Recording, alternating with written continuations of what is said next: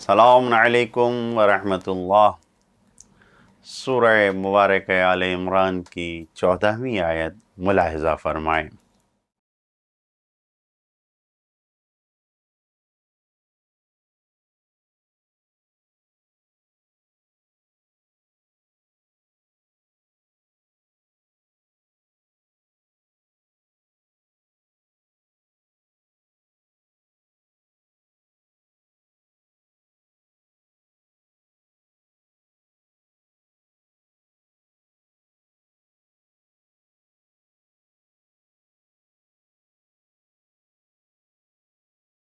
لوگوں کے لیے خواہشات دنیا، عورتیں، اولاد، سونے چاندی کے ڈھیر، تندرست گھوڑے چوپائے، کھیتیاں، سب مزین اور آراستہ کر دی گئی ہیں۔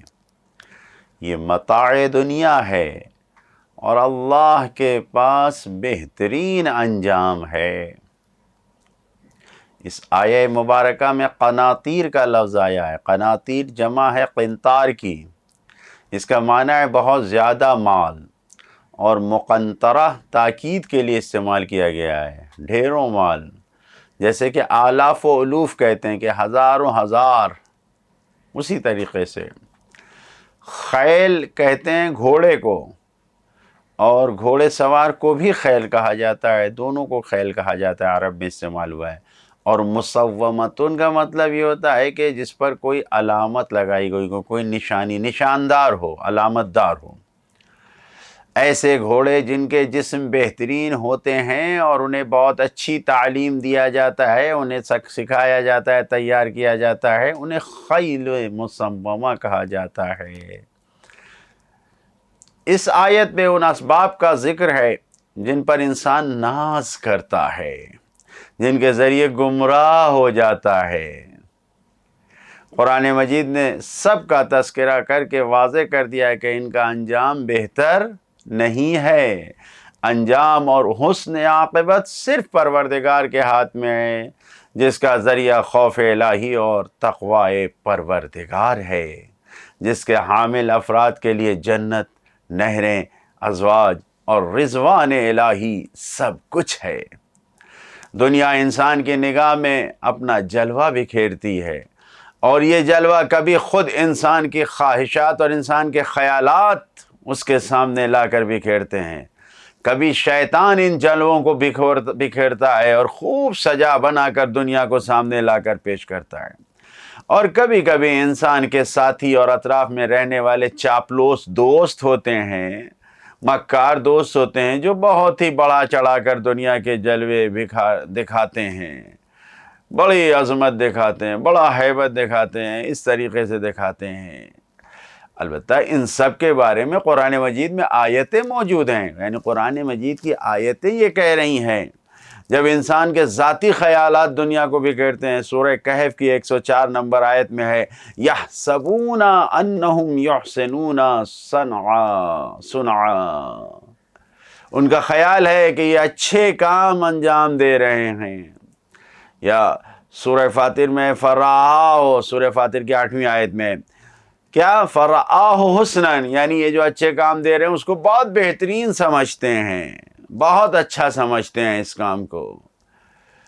تو اس طریقے سے یہ کام خود انسان کے خیالات اسے دنیا میں بڑی بہترین دنیا بنا کے پیش کرتے ہیں، اور یہ شیطان جو کام کرتا ہے، شیطان بنا کر سوار کر پیش کرتا ہے۔ سورہ انعام کی 43ویں آیت میں زین لہم الشیطان اعمالہم، شیطان نے ان کے اعمال کو ان کے لیے آراستہ کر دیا ہے، بنا سوار کر پیش کیا ہے۔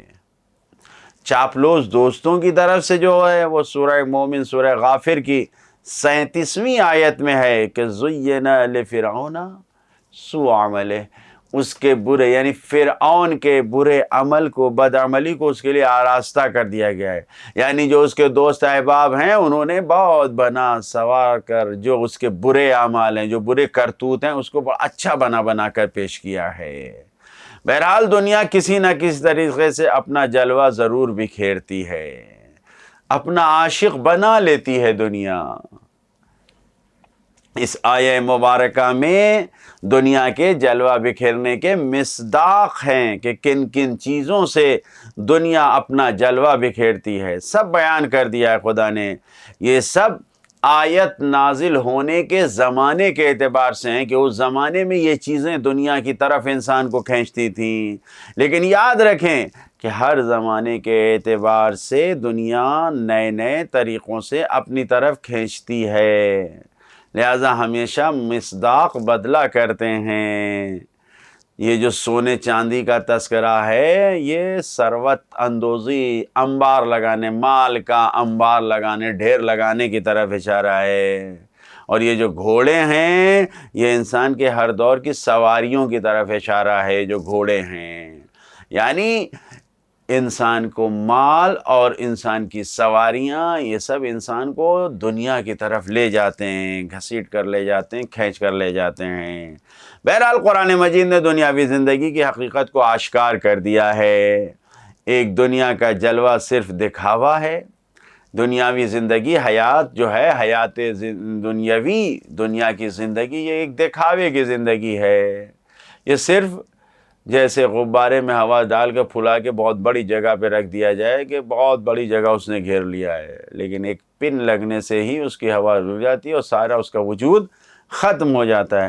لیکن دوسرا جلوہ اس کا حقیقی بھی ہے، جو حیات انسانی کا حقیقی جلوہ ہے، جو واقعاً صاحبان کرامات کو حاصل ہوتا ہے، جو مقربین کو حاصل ہوتا ہے۔ لیکن یہ جو سورہ حدید کی 20ویں آیت میں دکھاوے کی دنیا کی زندگی کی جو حیات ہے، یہ جو دنیاوی زندگی کی ہے، یہ جو حیات دنیاوی کی دکھاوے کی ہے، اس کا تذکرہ کیا گیا۔ اعلموا انما الحیات الدنیا لعب ولہو وتفاخر بینکم وتکاثر فی الاموال والاولاد۔ سورہ حدید کی 20ویں آیت، جان لو یہ سب جو دنیا کی زندگی ہے تمہارے لیے کیا ہے؟ کھیل ہے، لعب، کھیل ہے، دنیا کو کھیل سمجھو۔ لہو، سرگرمی ہے کہ انسان مشغول رہے اس میں، بس ایک سرگرمی ہے دنیا کی۔ تفاخر، ایک دوسرے پہ فخر کرنا، ہم سے بہتر کون ہے، ہمارے بچوں سے بہتر کون ہے، ہمارے گھر سے بہتر کس کا گھر ہے، ہماری گاڑی سے بہتر کس گاڑی، یعنی تفاخر کرنا۔ تکاثر فی الاموال والاولاد، یہ دنیا کی زندگی مال و اولاد کی کثرت ہے، جمع کرنا، مال کو بڑھانا، اولاد کو بڑھانا، یہ سب ہے۔ اگر انسان صرف اپنی زندگی کو انہی مقاصد کے لیے استعمال کرے گا، یہ جو بیان کیا گیا ہے، تو سوائے خسارہ اٹھانے کے، سوائے گھاٹے میں رہنے کے اور کچھ اسے نہیں ہاتھ آئے گا۔ یہ دنیا کی زندگی انسان کو دنیا میں نابود کر دیتی ہے، لہذا انسان کو ہوشیاری کے ساتھ اس دنیا میں زندگی گزارنا چاہیے۔ اللہ سے دعا کرتے ہیں کہ ہمیں بیداری کے ساتھ اپنی اطاعت و فرما برداری کے ساتھ زندگی گزارنے کی توفیق عطا فرمائے۔ اس آیت کا بقیہ حصہ انشاءاللہ آئندہ پروگرام میں آپ کی خدمت میں پیش کریں گے۔ والسلام علیکم ورحمۃ اللہ وبرکاتہ۔